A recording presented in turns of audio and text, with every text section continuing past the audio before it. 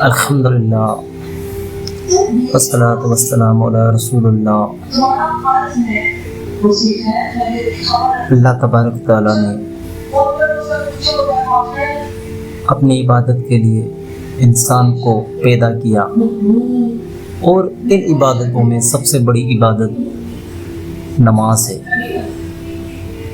حضرت موسیٰ علیہ السلام کو جب اللہ تعالیٰ نے کوہ طور پر بلایا تو اللہ تبارک تعالیٰ نے حضرت موسیٰ علیہ السلام کو کہا، سورہ طٰہٰ آیت نمبر 11 سے 14، پھر جب وہ آگ کے پاس آئے تو پکارا گیا، اے موسیٰ، یقیناً میں ہی تیرا رب ہوں، تو اپنی جوتیاں اتار دے، بے شک تو پاک وادی طویٰ میں ہے، اور میں نے تجھے چن لیا ہے، سو میری وحی کو غور سے سن، یقیناً میں ہی اللہ ہوں، میرے سوا کوئی معبود نہیں، بس میری عبادت کر اور میری یاد کے لیے نماز قائم کر۔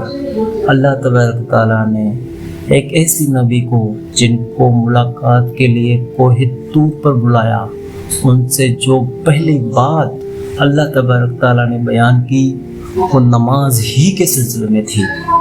اس کے علاوہ اللہ تبارک تعالیٰ دیگر مقامات پر فرماتا ہے نماز کے سلسلے میں، سورہ العنکبوت آیت نمبر 45، یعنی نماز قائم کرو، بے شک نماز بے حیائی اور برائیوں سے روکتی ہے۔ ایک اور جگہ فرمایا گیا، وَأَقِیمُوا الصَّلَاةَ وَآتُوا الزَّکَاةَ وَارْکَعُوا مَعَ الرَّاکعِینَ، نماز قائم کرو، زکوٰۃ ادا کرو اور رکوع کرنے والوں کے ساتھ رکوع کرو۔ سورہ بقرہ آیت نمبر 43 میں اللہ تبارک تعالیٰ نے ان تمام آیتوں میں نماز کی فضیلت اور ذکر کی فضیلت فرمائی ہے۔ اور اللہ کا ذکر کیا ہے؟ اللہ کا ذکر نماز ہی ہے کہ بندہ نماز ہی میں سبحان اللہ، الحمدللہ، سبحان ربی العظیم، سبحان ربی الاعلیٰ، اس کا ذکر کرتا ہے، اس کی پاکی کو بیان کرتا ہے، اور نماز سب سے اعلیٰ ذکر ہے۔ اور اسی بات کو اللہ کے رسول صلی اللہ علیہ وسلم نے اپنی احادیث میں بیان فرماتے ہوئے بتایا کہ صحیح بخاری کی یہ روایت ہے، اللہ کے رسول صلی اللہ علیہ وسلم نے بیان فرمایا، اسلام کی بنیاد 5 چیزوں پر ہے، توحید، نماز، زکوٰۃ، روزہ اور حج۔ اس میں سب سے پہلی چیز توحید، اور اس کے بعد ذکر میں سب سے پہلی جو عبادات ہے وہ اللہ تبارک تعالیٰ کے رسول نے ہمیں بتائی، اور وہ کیا ہے؟ وہ نماز ہے۔ اور نماز ہی کے بارے میں آپ صلی اللہ علیہ وسلم نے بیان فرمایا کہ کل قیامت کے دن جب بندوں کا حساب ہوگا تو سب سے پہلے جس بات کا سوال اللہ تبارک تعالیٰ اپنے بندوں سے کرے گا وہ نماز ہی ہوگی۔ جس کی نماز پوری ہوگی اس کے دیگر اعمال بھی پورے ہوں گے، اور جس کی نماز ہی ادھوری ہوگی اس کے تمام دیگر اعمال کمزور پائے جائیں گے۔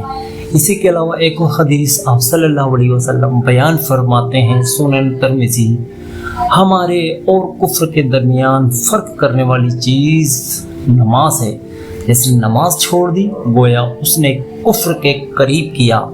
اس کے علاوہ آپ صلی اللہ علیہ وسلم کی ایک اور حدیث اسی سلسلے میں سنن نسائی کی یہ حدیث ہے، اور اس کا میں نے آپ کو بھی جو تذکرہ کیا وہی قیامت کے دن سب سے پہلا حساب نماز کا ہوگا۔ اگر نماز درست ہوئی تو باقی اعمال بھی درست ہوں گے، اور اگر نماز خراب نکلی تو باقی اعمال بھی خراب ہوں گے۔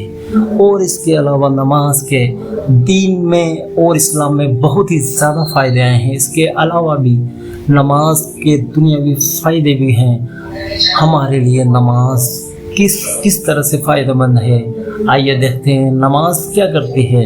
نماز دل کو سکون دیتی ہے، روح کو تازہ کرتی ہے، اللہ کے ذکر سے دل کو منور کرتی ہے، اور اس کے علاوہ نماز انسان کو برے کاموں سے روکتی ہے۔ نماز کے ذریعے بندہ اللہ سے براہ راست بات کرتا ہے، سجدے میں بندہ اللہ کے سب سے قریب ہوتا ہے۔ اور اسی طرح آپ صلی اللہ علیہ وسلم نے اور اللہ تبارک تعالیٰ نے نماز چھوڑنے کی جو تاکید کی ہے، جس پر تنقید کی ہے، اس کے نقصانات جو بتائے ہیں وہ بھی آپ کے سامنے ذکر کریں۔